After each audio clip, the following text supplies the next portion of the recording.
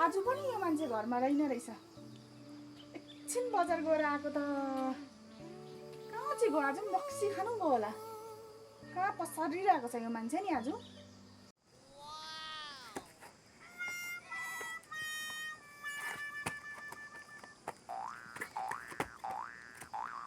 म लडे पनि तँलाई चाहिँ के हुनु दिन्न ल। घर पनि आइपुग्यो बल्लले। अब बुढी बजार गएको छ, मजाले यहीँ बसेर खाइन्छ। ए बजारबाट आइपुग्यो अघि नै। ए जरियाको सवारी भयो है? अनि कहाँ चाहिँ गएको थियो यत्रो बेर? रक्सी खाएर कहिले अगाउँदैन?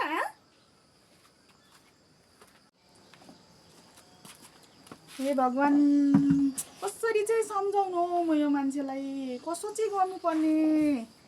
रक्सी नखान भनेको दिनु रक्सी मात्रै खाएर आउँछ। के चाहिँ गर्नुपर्ने हो? म त वाक्कै लागिसक्यो वाक्कै। खाएको होइन हो लाको।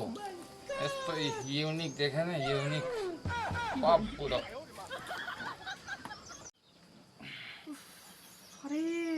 हरेस म त। ए कान्छा कता गएको? एकछिन यता आऊ न। हजुर भाउजू, किन बोलाउनु भएको? ए यी बस न, गफ गर्नु बोलाएको। ए दाजु त ल्याम्पोस रहेछ त आज त बिहानै। जहिले तहिलेको यत्तिकै हो। त्यही त हो कान्छा, जहिले खाएर आउँछौ। तिम्रो दाजु त जहिले खाएर आउँछ। म त कसो गर्दा पनि सम्झाउनु सकिनँ हौ। यसो तिमीले सम्झाउ न हौ बरु। यसो तिमीहरूले भनेको कतै लाग्छ कि?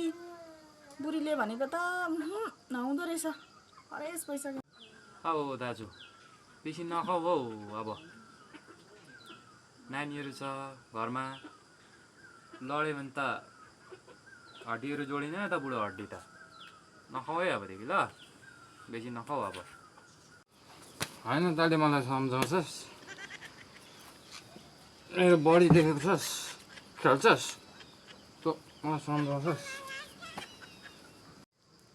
यो मान्छेलाई त सम्झाएर हुँदैन है कान्छा। हेर न, खुट्टा नलाग्ने भएर आइरहेको छ। उल्टै उनिउ खोज्छौ हेर। ऊ रक्सी पनि ल्याइरहेको छ ऊ एक बोतल। ऊ त्यही त मसल सानो छैन रहेछ। आमा त्यसैले न्यु खोज्छ।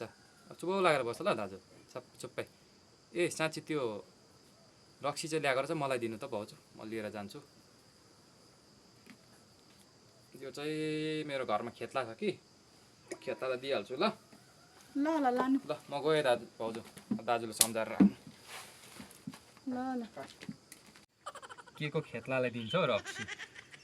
दाजुले ल्याएछ हर भएको बेलामा मै खाइदिन्छु टाकटुक। त्यही दाजुको भाइ पो त म पनि। कहाँ र